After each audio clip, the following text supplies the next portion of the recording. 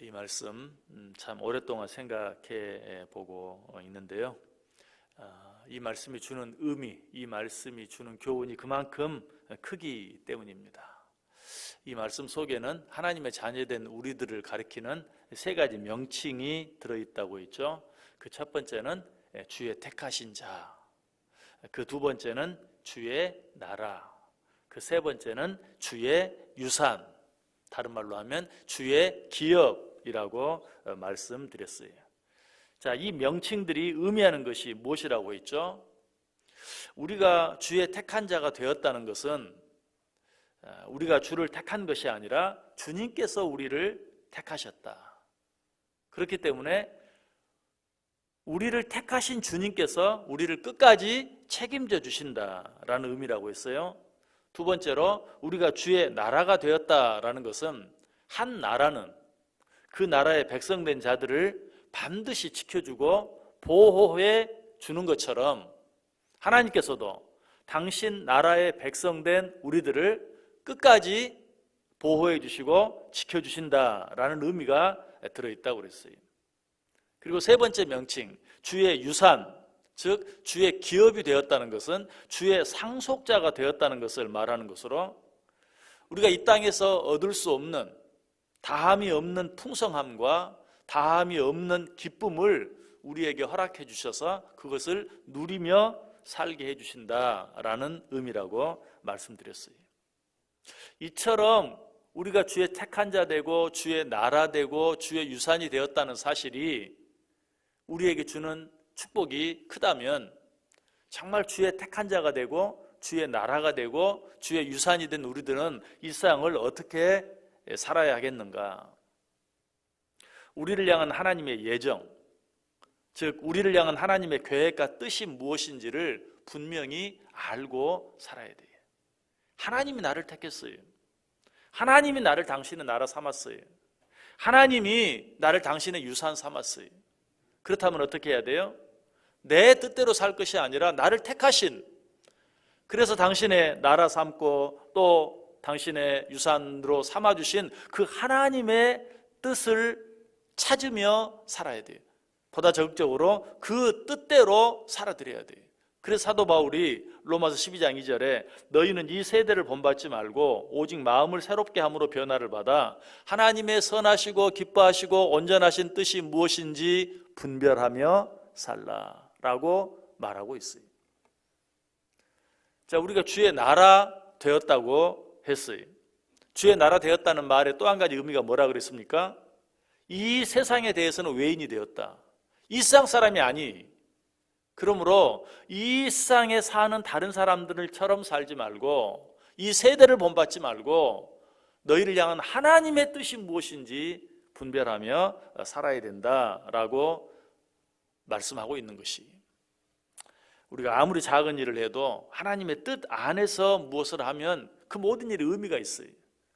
그러나 아무리 큰 일을 해도 하나님의 뜻을 생각지 아니하고 하면 거기에는 아무런 의미도 없어요. 우리가 아무리 힘들고 어려운 일을 해도 하나님의 뜻 안에서 하면 거기에 기쁨이 있어요. 그러나 아무리 쉽고 편안한 일을 해도 하나님의 뜻과 무관한 일을 하면 거기에는 기쁨이 없어요. 여러분, 세상을 그저 바쁘게 살고 열심히 산다고 해서 잘 사는 것이 아니, 하나님의 뜻이 무엇인지를 생각하며 사는 것이 잘 사는 것이. 우리는 하나님의 뜻을 찾고 구해야 돼요. 뿐만 아니라 우리가 하나님의 택함을 받고 하나님의 나라가 되었고 하나님의 유산이 되었다면 우리는 그 하나님의 도움을 받으며 살아야 돼요. 내가 하나님을 택한 게 아니라고 그랬잖아요. 내가 하나님의 나라가 된 것이 아니라고 그랬잖아요. 내가 원해서 하나님의 유산이 된 것이 아니, 하나님이 원해서 그렇게 하셨어요. 그렇다면 우리는 기꺼이 그 하나님의 도움을 구해야 돼요. 하나님 나 택했죠? 하나님 나 도와주세요. 하나님 나 당신의 나라 삼았죠? 하나님 나 도와주세요. 하나님 나를 당신의 유산으로 삼았죠? 하나님 나를 도와주세요. 우리는 그렇게 구할 자격이 있어요. 하나님의 도움을 구하며 살아야 돼요.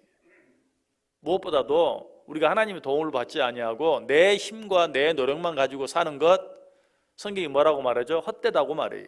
여호와께서 집을 세우지 아니하시면 세우는 자의 수고가 헛되다. 여호와께서 성을 지키지 아니하시면 파수꾼에 깨어 있음이 헛되다. 너에게 일찍이 일어나 늦게 누우며 수고의 떡을 먹음이 헛되다. 하나님의 도움을 구하지 않고 내 힘만 가지고 사는 것, 세상적으로는 그게 멋있을지 몰라요. 그러나 영적으로는 그렇지 않아요. 하나님의 도움을 구하며 살아야 돼요. 그렇게 사는 것이 멋진 삶이에요. 그렇게 사는 것이 하나님을 기쁘게 하는 삶이에요. 한 걸음 더 나아가 하나님께 모든 걸 물어야 돼요. 하나님이 나를 택했어요.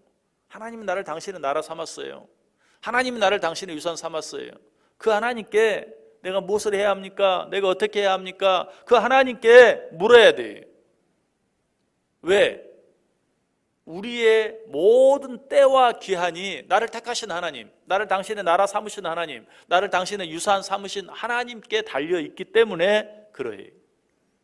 전도서 9장 11절이 말하죠. 내가 다시 해 아래에서 보니 빠른 경주자들이라고 선착하는 것이 아니며 용사들이라고 전쟁에 승리하는 것이 아니며 지혜자들이라고 음식물을 얻는 것도 아니며 명철자들이라고 재물을 얻는 것도 아니며 지식인들이라고 은총을 입는 것이 아니니 이는 시기와 기회는 그들 모두에게 임함이니라. 시기와 기한이 모두 하나님의 손에 달려있다. 하나님께서 우리에게 주시는 것이다. 하나님께서 허락하시는 것이다. 그러므로 우리는 그 하나님께 물어야 돼요. 지금이 하나님이 원하시는 때인지 아닌지, 언제까지인지 하나님께 항상 물을 수 있어야 돼요.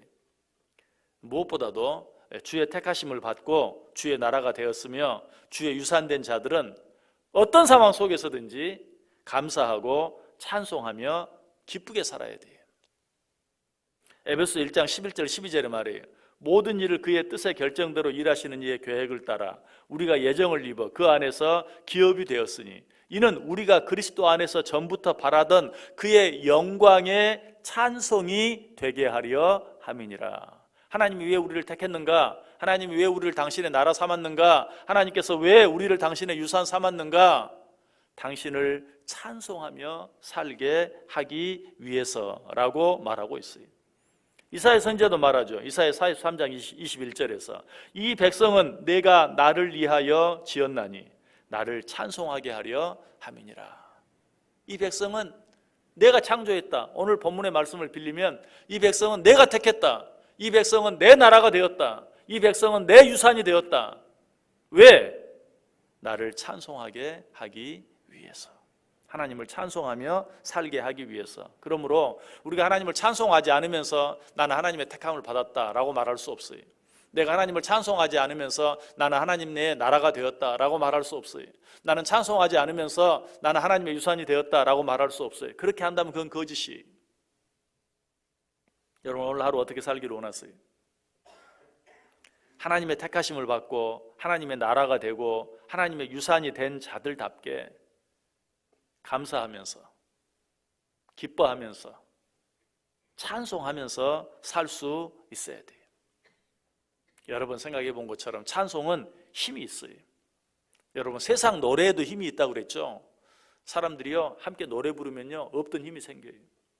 전쟁터에서 함께 노래 부르면 죽음에 대한 두려움까지도 물리칠 수 있는 힘이 생겨요.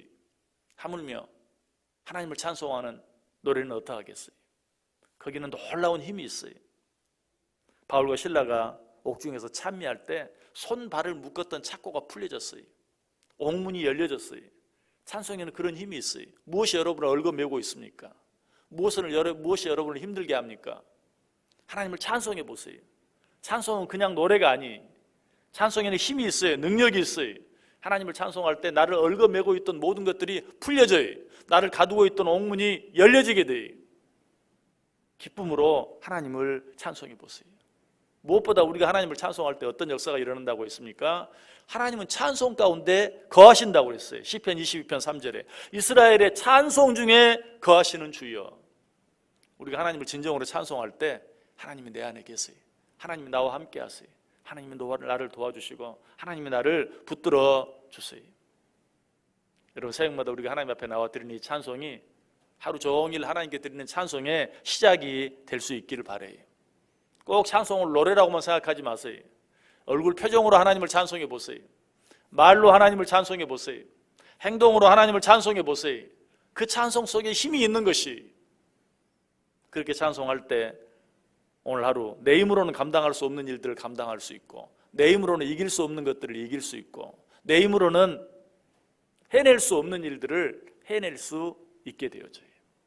오늘 하루 하나님이 나를 택하셨다는 사실을 기억하고, 내가 하나님의 나라 되었다는 사실을 기억하고, 내가 하나님의 유산이 되고 기업이 되었다는 사실을 기억하고, 감사하면서 기뻐하면서 하나님을 찬송할 때 찬송 가운데 역사하시는 하나님의 능력이 우리 가운데 함께하는 복된 하루 될 수 있기를 주님의 이름으로 간절히 축원합니다.